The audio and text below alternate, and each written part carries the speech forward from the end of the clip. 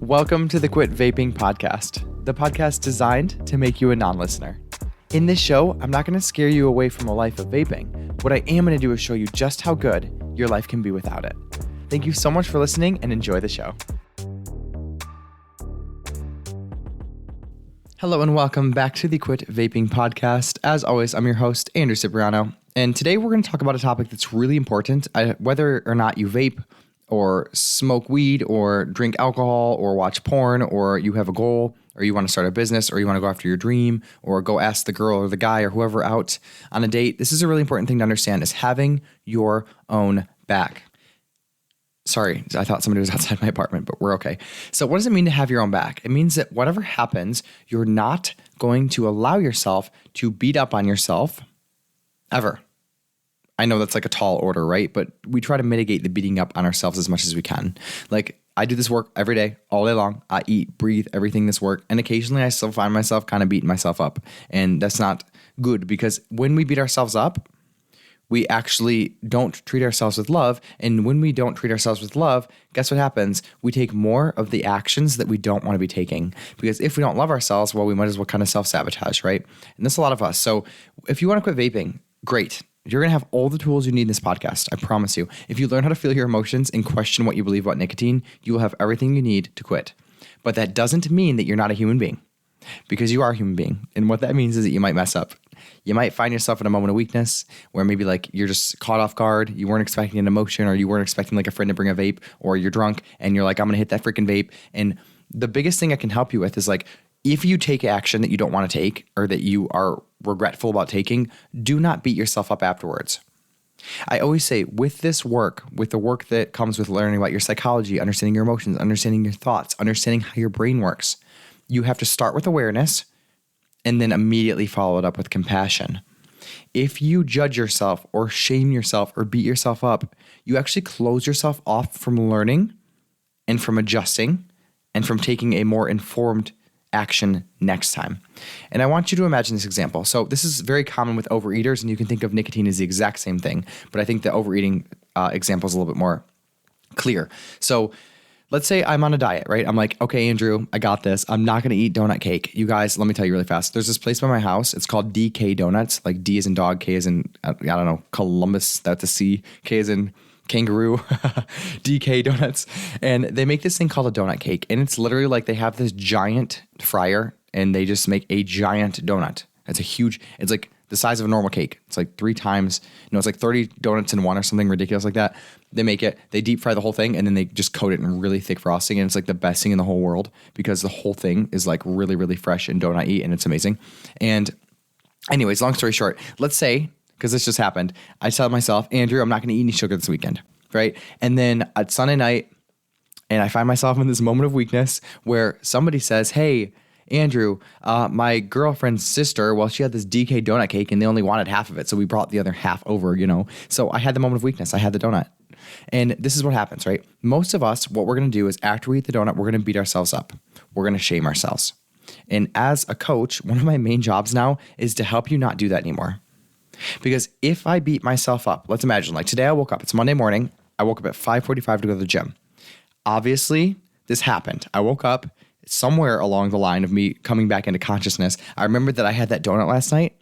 And this is the difference from me being a coach versus me not being a coach, is I did not beat myself up for it. I said, Andrew, it's okay. You had that donut last night. Not a big deal. You enjoyed it. All right. We're just going to go to the gym. And you know what? After the gym today, if you want to, if it's something you're feeling, you can go rollerblade and just burn off the extra calories. No big deal. And because I did that, I started my day with compassion towards myself, having my own back. I did not exasperate the situation. Now let's look at it, how it could have gone and how it's gone a lot in my life before I was a coach that had these tools. Is I would say, I'm not going to eat the donut cake. I would resist the urge. I would fight it the whole time. I would eventually end up collapsing, because remember, when you resist an urge, you end up responding to the urge, which I actually didn't do last night at all. I just decided I was going to eat it and I ate it. So I'd resist an urge before I had this work. I would eat the donut. I would feel all this shame and guilt. And then what would happen is I would go to sleep shameful and guilty. And then I would wake up and immediately beat myself up for being such a pathetic, weak piece of garbage that can't, ignore a piece of donut cake at 8 p.m. on a Sunday night. And what would happen then is I would feel shame and guilt all day. And you know what's so funny is when I feel shame and guilt over an action I've taken and I'm the one creating the shame and guilt is I end up doing a shitty workout because my thought is, well, I ate the donut cake, so what's the point anyways? And then I go home and then I eat breakfast at like 9 in the morning, even though normally I wait. I do a fast until like 12. But that wouldn't have happened if I was beating myself up this morning.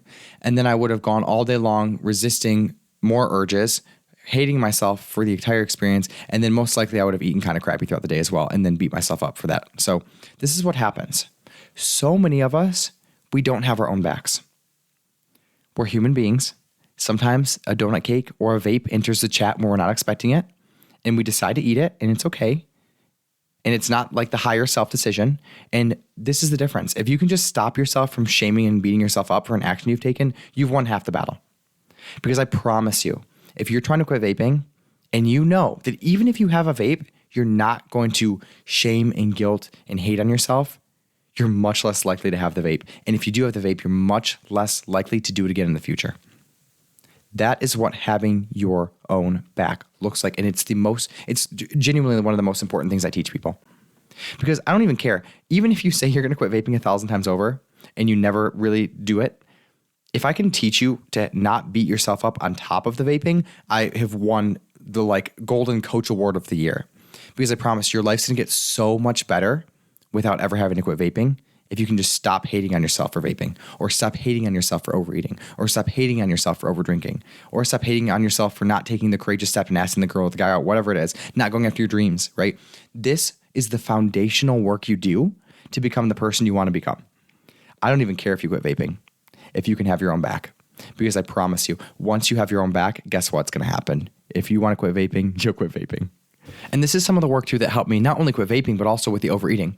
I used to hate myself so much. There's a line in Mean Girls. I don't know if you've ever seen the movie Mean Girls, but it's obviously a like gay cult classic. You got to watch it.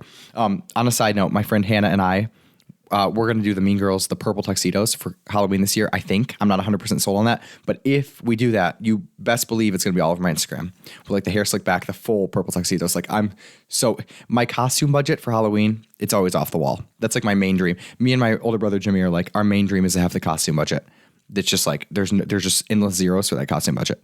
Love dressing up. It's like the most fun thing ever. Sorry, off the record. I'm bouncing all over today, but I'm having a great time. So there's a line in that movie. And one of the girls in the wheelchair, she's like talking to the overweight girl and she says, I don't hate you because you're fat. You're fat because I hate you. And it's like the most true line ever. Like it's the truest thing ever said in the whole world. And I think the same thing goes with like all of our bad habits towards ourselves. Like before I ever have anybody lose weight in my coaching practice, I teach them to feel their emotions and to love themselves enough to be able to feel them without judgment and to just have the space to choose consciously thoughts about themselves that are loving. Because before you ever put down a donut or put down your last vape, it's a really good idea to learn how to love yourself beforehand, because it's in the process of learning how to love yourself that makes it so much easier to stop the things we don't want to be doing anymore, the bad habits, right? If you love yourself and you want to quit, you're going to quit vaping like someone who loves himself. You're going to be able to feel your emotions, because that's a huge act of self-love, to feel your emotions and make space for all of them, even the scary ones. You're going to say nice things about yourself. You're going to be very conscious about what you think, about what you say internally. You're going to make sure that if you mess up, you're not going to beat yourself up afterwards for it. And that process of learning to love yourself is what makes quitting so easy ultimately.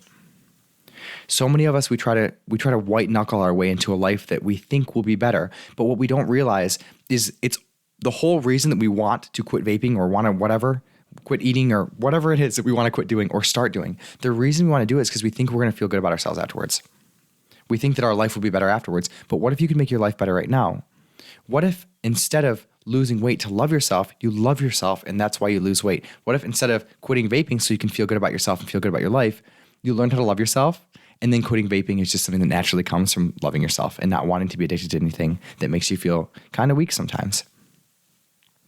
And I don't think this is the only way to quit, but I do think that it's the best way to quit, because it's literally like the best of both worlds experience. Like you get to be Hannah Montana, you get to love yourself, and then you get to quit vaping.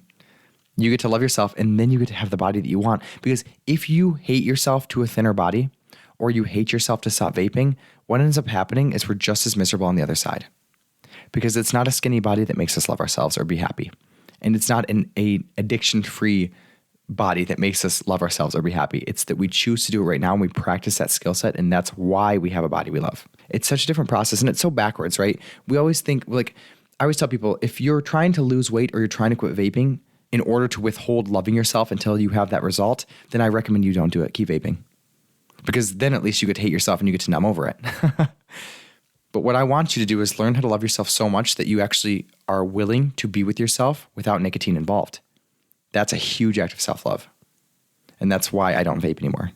Because I don't need nicotine to be around myself. I don't need nicotine to deal with my life. I can have my own back throughout everything that comes, the good and the bad. And I don't need any drug to be present in my body to deal with it. And it makes life so much sweeter. Love yourself. Have your own fucking back. Because you deserve it, and nobody else will if you don't. And here's a fun thing too. When you have your own back, you don't need anybody else to have it for you. It's the coolest thing ever. You want freedom in your life? Start here.